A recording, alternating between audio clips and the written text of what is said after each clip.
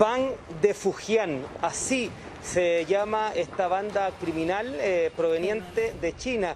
Usted puede decir, bueno, yo veo muchas películas, por ejemplo, La Mafia China. Bueno, esto es real y ocurre en Chile. Este miércoles van a ser formalizados estos sujetos que finalmente la Policía de Investigaciones detuvo. Estamos hablando, por ejemplo, de que se dedicaban al megacultivo indoor de marihuana, avaluado en más de 4.000 millones. Las imágenes hablan por sí solos. Tenían un galpón para ellos mismos, donde trabajaban y cultivaban esta droga para luego venderla a distintas partes de Santiago y por supuesto del país.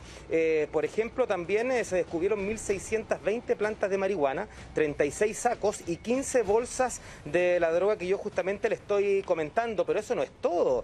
Paralelamente, la policía trabajó allanando 23 domicilios en distintos puntos de Santiago, donde se requisaron drogas, armas y más de 350 millones en billetes. Ahora, si usted me dice, Max, ¿acabaste con la noticia? Por supuesto que no. ¿Sabe dónde tuvieron, por ejemplo, a los líderes, a los cabecillas? En un karaoke ubicado en Recoleta, el que era utilizado como fachada y que funcionaba como discoteca y como lugar para ejercer el comercio sexual. La mafia china, no en película, en la vida real y aquí en Chile. En Recoleta, ¿qué tal? Realmente sorprendente, ¿eh? Y además creo que hablan un dialecto, ni siquiera es chino, entonces es difícil entender lo que está pasando. Es realmente tremendo. Daniel Sánchez, ¿cómo estás, Daniel? Muy bien, ¿cómo estás tú, Angélica? Bien. Cuéntame, ¿qué sientes tú como psicólogo, desde el lado psicológico? ¿Cómo debiese actuar? ¿Qué debiese hacer una persona que está conviviendo, que sabe que tiene ahí en su vecindario una persona que está en narcotráfico? Lo primero que quiero indicar es que la droga no hace bien, eso es lo primero, y que hay que condenar el uso y abuso en todas sus formas. Me parece que nunca hay que dejar de denunciar, pese a que nos digan que no es que no vale la pena, que es poco, siempre hay que denunciar aquello que nos genera una inconsistencia en nuestro territorio. Y yo siento que además es súper importante que las personas tengan control de aquellas cosas que pueden controlar, ¿sí? El miedo es anticipatorio, no es tan presente. Yo tengo miedo a algo que pueda llegar a ocurrir. Entonces, eso que pueda llegar a ocurrir es aquello que yo tengo que tener capacidad de racionalizar en mi cabeza. Tengo miedo a salir y que me llegue una bala. Ese es el miedo que tengo que controlar, no el vivir actual en este minuto. Y para resolver esta dificultad, lo principal, creo yo, es la prevención. Y para prevenir, los niños que son finalmente soldados de los narcos y tal, hay que darles alternativas a los niños y jóvenes para que puedan tomar decisiones correctas. Uno decide cuando tiene alternativas.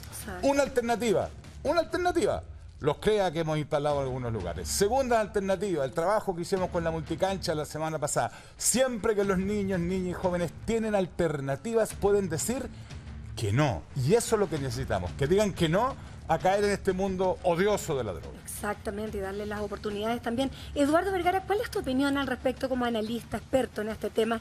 ¿Se debe denunciar? Absolutamente, yo concuerdo con que a pesar de todo, es más, vivimos en un país donde si hay algo que hemos visto en los últimos años es la baja en la credibilidad de instituciones fundamentales para la democracia. Una de ellas, nuestro Poder Judicial, la Cámara de Diputados, el gobierno y particularmente las policías. Entonces, cuando tú le preguntas a las personas por qué no denuncian, la verdad es que la lista de razones por las que no denuncian, incluido de por miedo, porque pueden, ¿no es cierto?, ser víctimas de venganza, es también porque creen que no va a pasar nada. Y ese es un problema, y es un problema de fondo que tenemos que resolver en nuestras instituciones, pero eso no significa que no hay que denunciar, porque lamentablemente, y digo lamentablemente porque nosotros también de la Fundación hemos sido muy críticos del sistema que hace cómo trabajan las policías. Las policías trabajan en base a la denuncia, y en las comisarías, ¿no es cierto?, los carabineros, para decirlo muy, muy en simple, los carabineros miran sus computadores, donde tienen reuniones, los stop, diferentes, ¿no es cierto?, reuniones de trabajo, donde dice exactamente dónde están ocurriendo las cosas de acuerdo a las denuncias de las personas.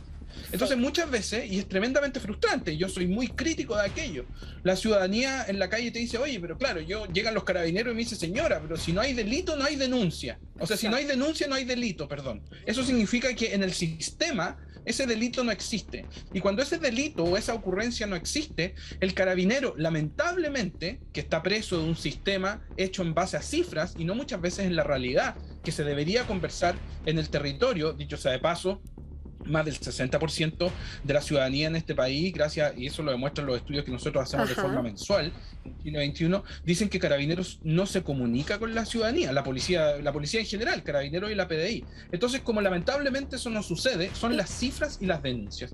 Pero déjame decirte otra cosa. Un segundito, Eduardo, que Jairo está aquí hace rato, Jairo Valdés, que quiere hacerte una pregunta. Ok, por ejemplo, si yo denuncio, yo trabajo mucho en poblaciones, de hecho a mí tampoco me gusta hablar mucho de este tema porque yo ando por muchos lugares donde hay mucho tráfico, pero la persona que denuncia, tú lo dijiste, los narcotraficantes ocupan lugares donde el Estado no llega. ¿Quién le garantiza a esa persona que no haya una represalia? ¿Qué es lo que habitualmente sucede en la población? Los sapos. ¿Quién le garantiza a esta persona después de la denuncia de que no va a tener alguna represalia de este narcotraficante? Bueno, lo que pasa es que hace unos años en este país tenemos un sistema que se llama denuncia seguro, que son denuncias anónimas.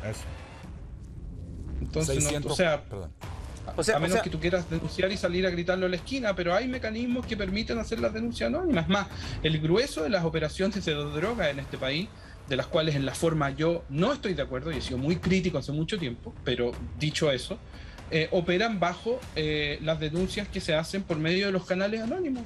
Exacto. Daniel, buenísimo. Ahora, entonces no hay que tener miedo, entonces tenemos que hacer el llamado entonces a poder...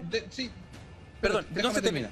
Podemos hacer el llamado que la gente haga la denuncia. No exista el mecanismo correcto por parte del gobierno o de los gobiernos anteriores, porque aquí no hay responsabilidad de un gobierno en particular, de comunicar a la gente y que ellos puedan tener la confianza de que efectivamente esa denuncia es anónima.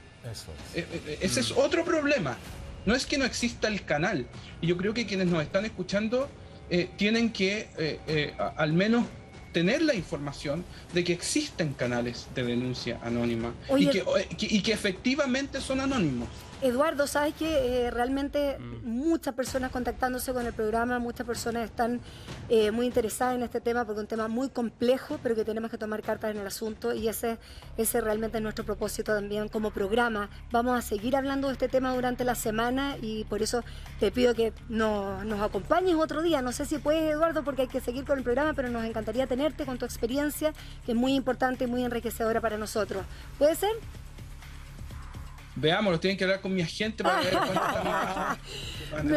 me gusta que le pone su cuota de humor. Muchas gracias, Eduardo, por estar con nosotros. Vamos a continuar hablando de este tema y mucho más.